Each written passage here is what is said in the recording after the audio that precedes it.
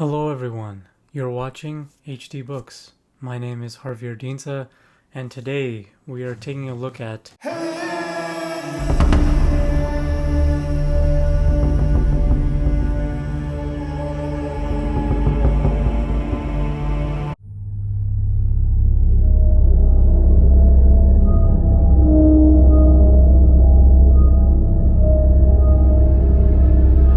two absolutely prolific pieces of science fiction, and in my opinion, the two best covers for them, physical covers here, that I absolutely love.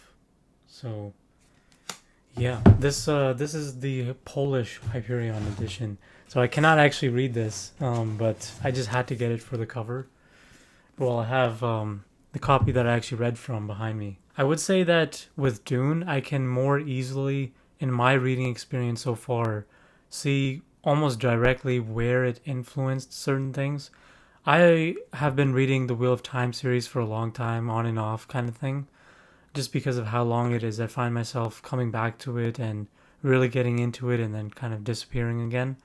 But with the Wheel of Time, the influences are very um, clear to me. With Hyperion, I think I have to do a little bit more of a deep dive there or think about that a little bit further because I'm not really sure exactly where I would pinpoint, oh, here are some influences from this thing written in the 1980s or so. Anyways, both absolutely deserve the station they have, the reverence for them, but the point of today's video is to do a comparison. One of these has a fantastic adaptation, which only really got strengthened in hindsight after I read Dune. I thought even greater of the adaptation, and I plan to rewatch it before Dune Part 2 comes out. But Hyperion does not have an adaptation, although I think the last I've heard of it is that. I'm trying to think of the actor's name. I'm blanking on it right now.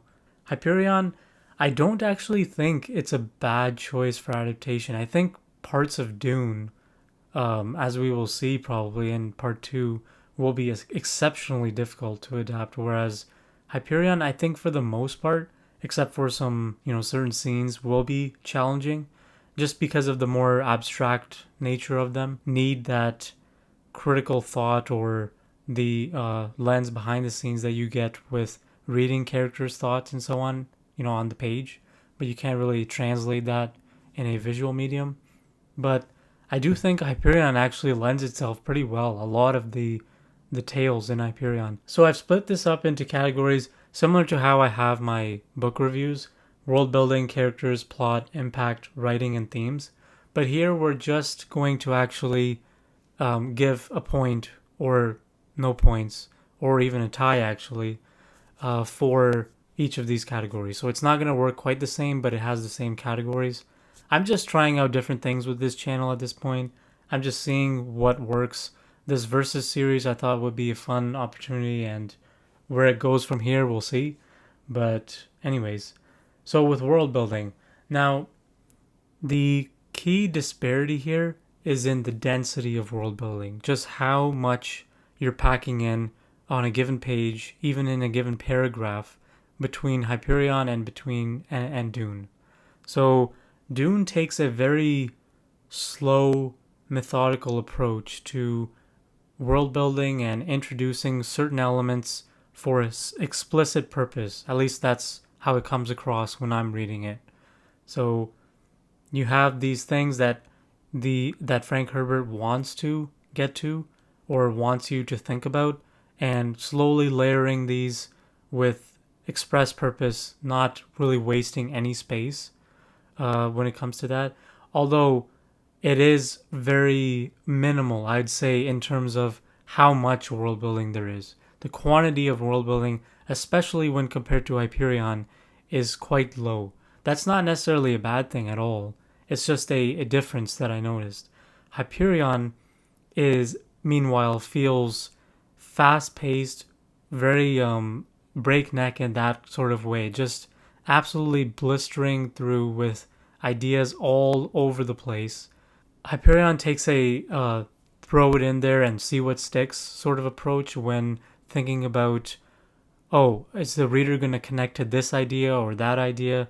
Let me just come up with all of these cool interactions or these things that you might think about when you're contemplating a far future civilization. Let me just, sort of have a train of thought that keeps chugging along and then throw everything in there. And some things will latch onto the reader depending on who's reading it, right?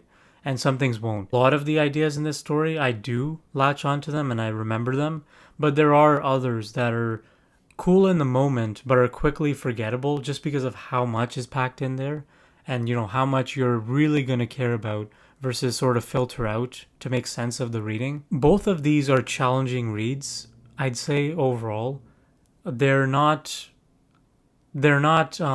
easily digestible if you're not already used to reading this kind of a book, in my opinion. Especially Dune, I think, is very inaccessible, and we'll get to that later. But Hyperion even is, just because of how much information is being thrown at you all the time. And you eventually learn, though, that, oh, okay, this is a cool little tidbit that he threw in there, but is not necessary for me to remember. The peaks of Dune, in terms of world building, are arguably equal to those in Hyperion, but the quantity of those peaks are more so in Hyperion versus Dune, just because of the different approaches taken. And I tend to lean toward that density of world building. I just enjoy the reading experience more. And so here I'm going to give Hyperion the world building point. So we have a 1-0 score so far. And now moving on to characters. In Dune, we have core characters, across the whole cast really. There's no one that I dread looking forward to reading in their POV. So we have this omniscient point of view in Dune. And now in Hyperion, I've kind of gotten lost a little bit with the POVs at times because I can follow along with what's being said, but it does seem that Dan Simmons frequently at times flipped between omniscient and third person limited quite often, and it's not really broken up. It's kind of just in the middle of a paragraph even. So there were times I was a little bit confused about the POV, but the story still made sense. But in Dune, actually, I think the omniscient standpoint there, how that is weaved into the narrative, how that's utilized, I think that's really exceptional. I'll get to more of the writing style later on. Now, there's a larger cast of characters in Hyperion, and we have so without going into spoilers, we have this motley crew, and we explore this world of Hyperion, and we get told, at least here in book 1, we have this telling of how each of the crew members got to Hyperion, what led them there, why they're interested, and so on. So we have a larger cast of characters actually in Hyperion, I think in general named characters. But here we have highs and lows because some characters I just didn't connect with while I was reading their retelling, right? Their tale. What makes Hyperion enjoyable, I think, from a character point of view, is the interactions between characters before and after tales are explicitly told. So we get a lot of context. The crew members, within the story, they get a lot of context. Individual tales, I won't go into any details, but with Hyperion, there are certain tales that I just was not really gelling with and took me a while to get through, while others, especially one that I highlighted in my Hyperion review, which I will link up here somewhere, one tale in particular was so good that it blew away any of the characters really in Dune for me, just in terms of emotional payoff. Here I'm actually going to give a tie. So a 2-1 score so far, 1 point to Dune. Now let's go on to plot here. It's a little bit easier to score this one because the plot in Hyperion is flat out more interesting to me. Not only as I was reading through it, with the mystery of the Shrike, is there some sort of conspiracy afoot? Why is this all happening? So you just get more and more details as you go along with the tales. And in hindsight, after finishing the book, the plot just is heightened even further. Whereas with Dune, I thought it was fine. There was no problem with the plotting, but I was excited almost all the time with Hyperion. Whereas with Dune, there were some slow chapters where I was just really just trying to get through it because a friend of mine recommended actually both of these books, and he was continuously asking me about, oh, where are you in Dune so far? I was just chugging along with one or two chapters that were just very slow. Paul and Jessica, when they were kind of traversing the landscape on Arrakis, it was just a little bit difficult to get through those chapters. Finally, we have that pacing bias, so I do appreciate the fast-paced structure of Hyperion more so than the very slow but purposeful, sort of burn with Dune. That's really how I differentiate them, and I lean toward the former. So Hyperion's going to get the point here, a 3-1 score so far. Impact. Now, Dune really exudes this, I'm going to come back to this over and over, this epic quality when it comes to the prose. So a lot of the impact that Dune left with me is due to the writing style, not even just the content of the book, although there were a number of scenes pretty much peppered all the way throughout the book, so it's not like the first half or the last third were really full of those most impactful moments. I thought it was pretty evenly distributed throughout. Hyperion, while it has a great writing style and there's a lot of different choices being made, we'll talk about that more in a bit.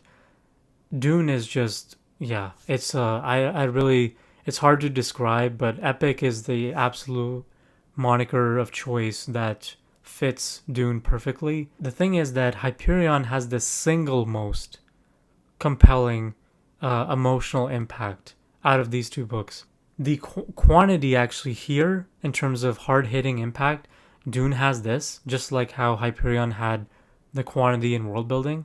I'm going to actually assign a tie here where we have a 4-2 score now overall. Writing style. I'm excited to talk about this point because both of these bring a lot to the table here, just as they do with really every category.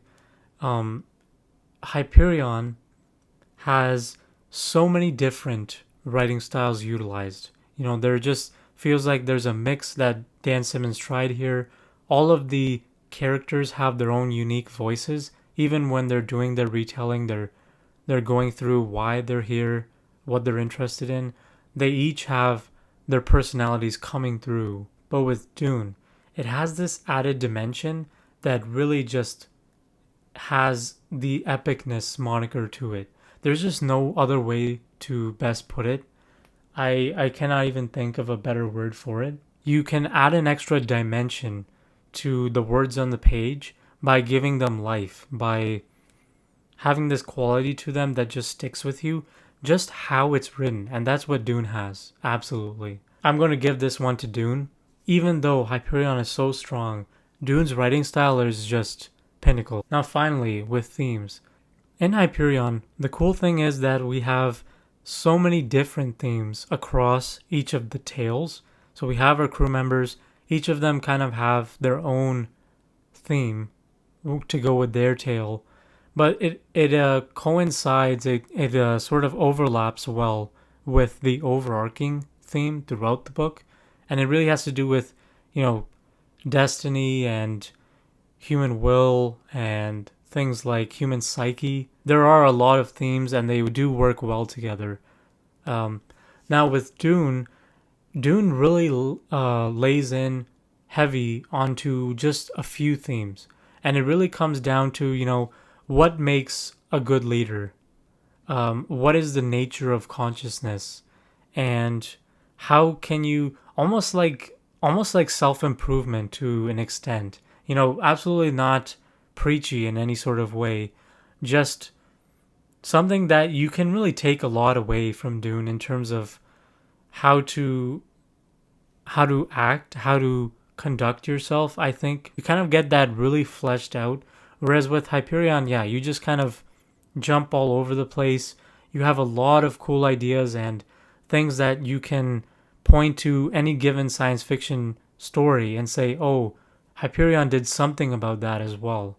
But in Hyperion, they're all executed really well. So I don't want to make it sound like, oh, it just has a bunch of quantity, but none of the quality is there. No, it's still there. They just take different approaches here. So I'm actually gonna assign a tie. So we're gonna have a final score of 5-4, with Hyperion being declared the winner here. But nothing but respect for both of these and for the authors, Dan Simmons and Frank Herbert here.